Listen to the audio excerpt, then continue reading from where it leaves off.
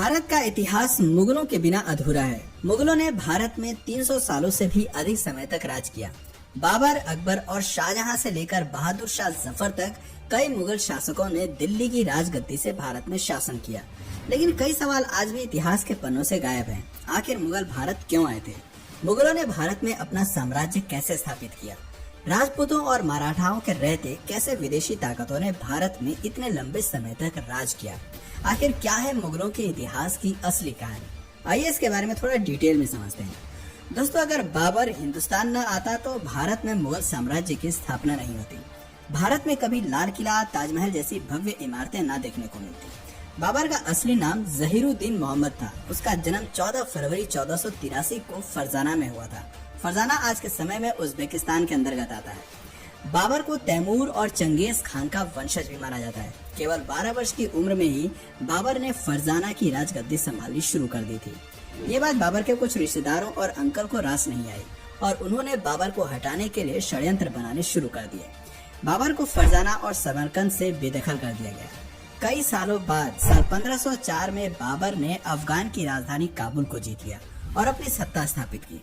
लेकिन बाबर सिर्फ काबुल से संतुष्ट होने वाला नहीं था, वो अपने साम्राज्य का विस्तार करना चाहता था। बाबर जानता था कि यदि उसे साम्राज्य का विस्तार करना है तो इसके लिए धन दौलत की भी जरूरत होगी और उस समय भारत से ज्यादा धन शायद ही किसी और के पास था। दुनिया भर में उस समय भारत को दुनिया में सोने की चिड़िया कहा जाता था। 1525 में बाबर ने भारत में एंट्री करने की योजना पर काम करना शुरू किया।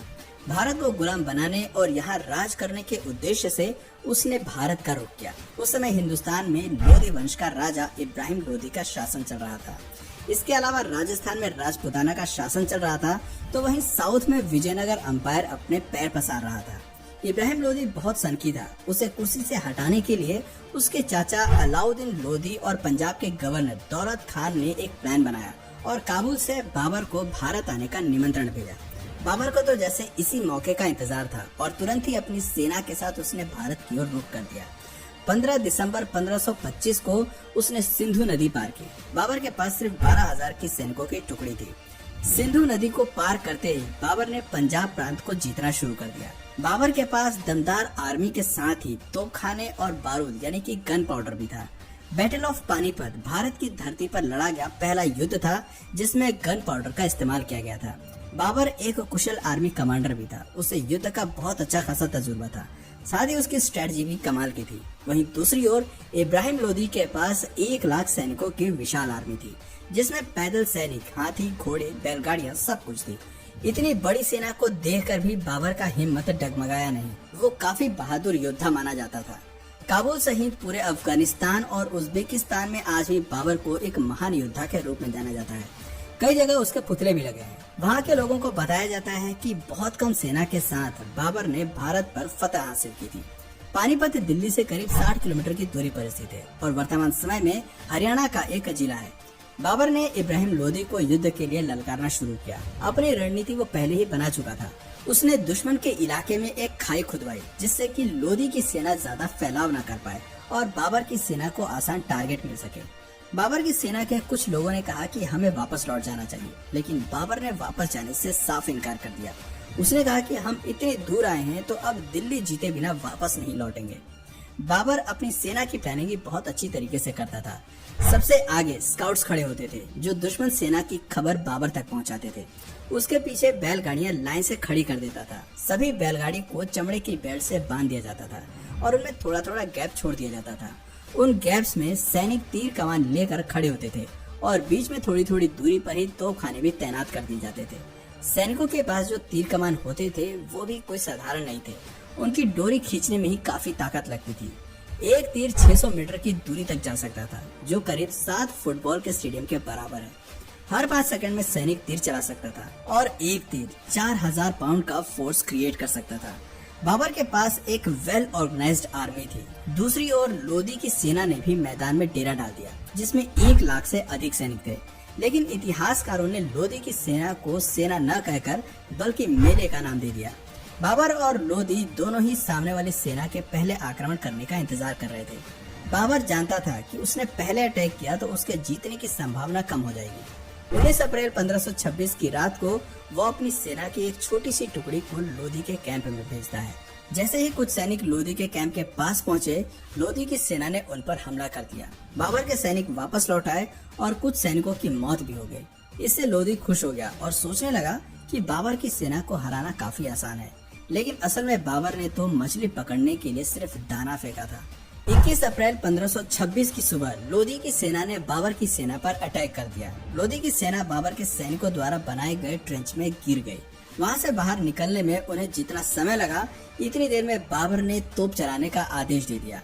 लोधी ने सेना में सबसे आगे 300 हाथी तैनात किए थे। उसे लग रहा था कि हाथी जल्दी ही सामने वाली सेना को पछाड़ देंगे, लेकिन होता इसके बिल्कुल विपरीत है।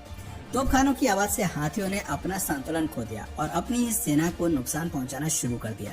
अपनी ही सेना के कई सैनिकों को हाथियों ने कुचल कर मार दिया। साथ ही तोपखाने से भी उनकी सेना को नुकसान पहुंच रहा था। थोड़ी ही देर में बाबर की पूरी सेना लोधी पर हावी होती नजर आई।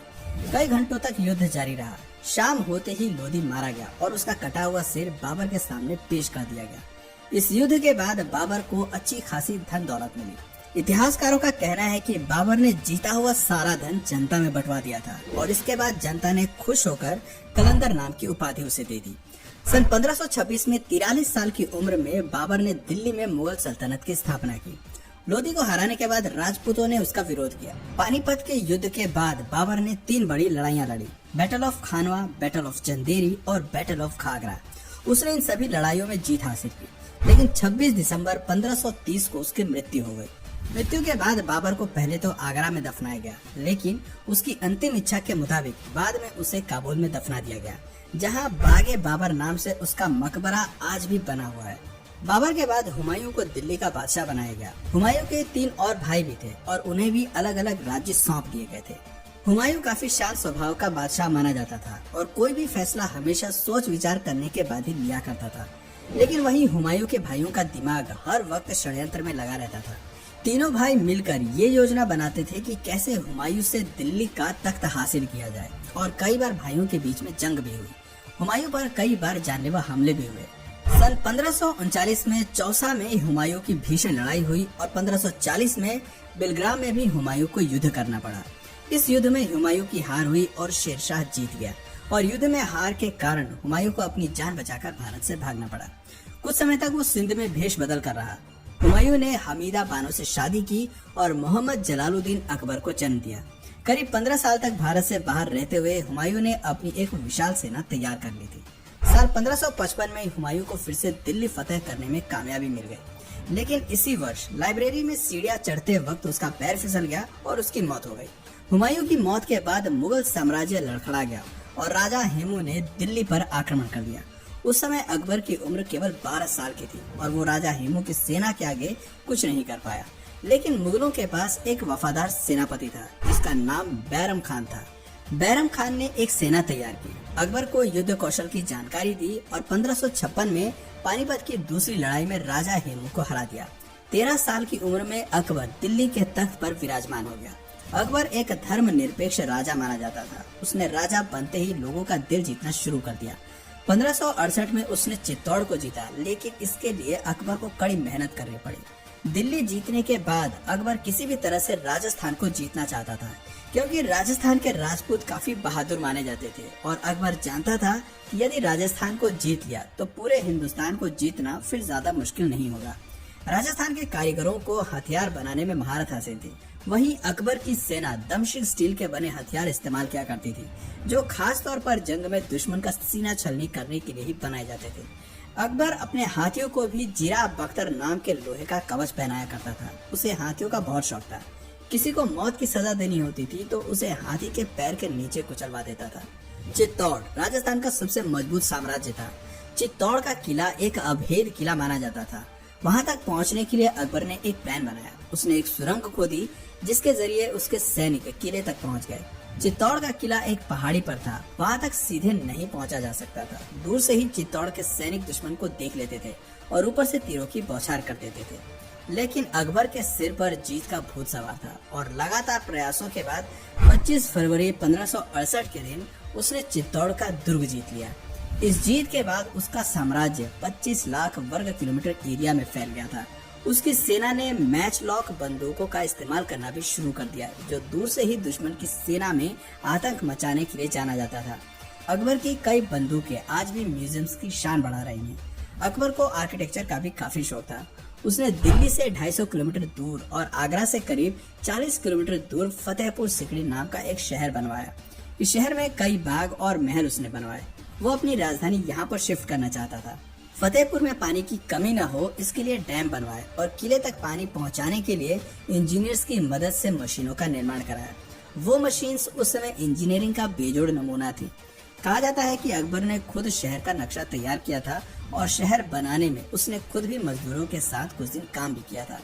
16 साल फतेहपुर सिकरी को बसाने में लगे, लेकिन ये शहर बहुत जल्द वीरान हो गया। दोस्तों, अकबर एक अनपढ़ मुगल बादशाह था। उसने हिंदुओं पर लगने वाले जजिया कर समाप्त कर दिए थे। साल 1605 में अकबर की फूड पॉइजनिंग के कारण उसकी मौत हो जाती है। अकबर के बाद सलीम के हाथ में दिल्ली की कमान आई। सलीम असल में एक अय्याश किस्म का व्यक्ति था। सलीम को अपना नाम भी पसंद नहीं था और उसने अपना नाम बदलकर जहांगीर रख लिया। जहांगीर को अन्यायी लोगों से सख्त नफरत थी। गुनहगारों को वो सख्त से सख्त और क्रूर से क्रूर सजा दिया करता था। जहांगीर ने अपने जीवन काल में कुल 20 शादियां की थी। मानबाई सबसे मशहूर रानी हुई, लेकिन जहांगीर सबसे ज्यादा प्रेम नूरजहां से किया करते थे। जहांगीर के शासनकाल में ही अंग्रेजों ने भारत में आकर ईस्ट इंडिया कंपनी की स्थापना की थी और व्यापार करने की इजाजत मांगी थी। 20 बीवियों से जहांगीर की कई संतानें हुई, लेकिन उसका केवल एक पुत्र ही जीवित रहा, जिसका नाम खुर्रम खान उर्फ शाहजहां रखा गया। सन 1627 में जहांगीर की मौत के बाद शाहजहां दिल्ली का बादशाह बना। शाहजहां के शासनकाल में दिल्ली सहित पूरे हिंदुस्तान ने तेजी से तरक्की की। दुनिया का 1/4 सामान का प्रोडक्शन केवल भारत में ही हो रहा था। आर्थिक तौर पर दिल्ली मजबूत होता गया। आर्ट और आर्किटेक्चर को भी उस दौर में काफी बढ़ावा मिला।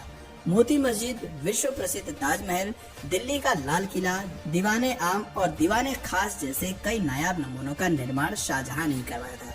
शाहजहां ने अपने लिए एक मयूर सिंहासन भी बनवाया था, जिसमें कई बेशकीमती हीरे जड़े हुए थे।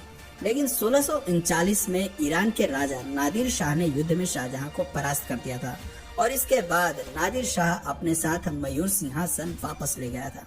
शाहजहां जब बूढ़ा होने लगा तो उसने अपना राजपाट बेटों को सौंपने का फैसला किया।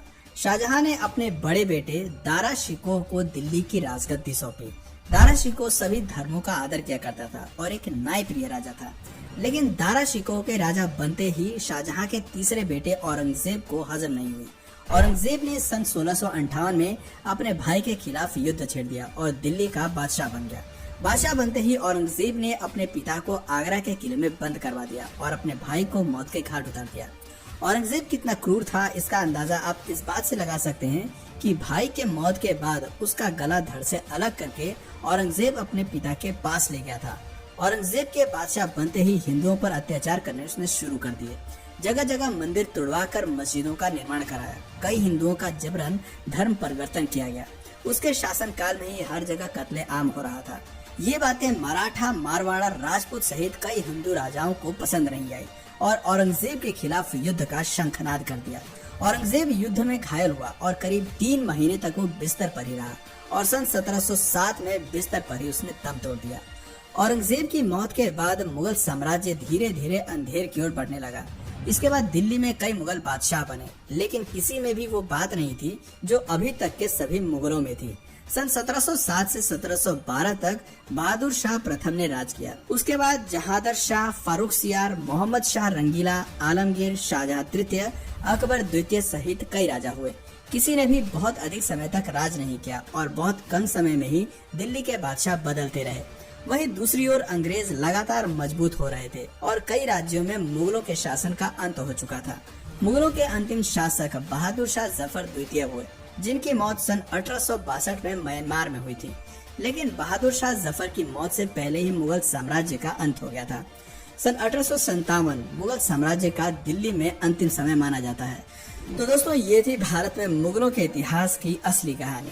दोस्तों, अगर इसी तरह के और भी इंटरेस्टिंग टॉपिक्स आपको पसंद है तो नीचे कमेंट सेक्शन में पार्ट 2 जरूर लिखिएगा। और अगर इस वीडियो से आपको कुछ नया जानने या सीखने को मिला या फिर इंटरेस्टिंग लगा तो प्लीज इस वीडियो को एक लाइक करके अपने फ्रेंड्स और फैमिली में से जरूर शेयर करें। और यदि आप इस चैनल पर नए हैं तो प्लीज इस चैनल को सब्सक्राइब करके बेल नोटिफिकेशन आइकन को ऑन कर लीजिए, ताकि हमारे आने वाले वीडियोस आप मिस ना करें।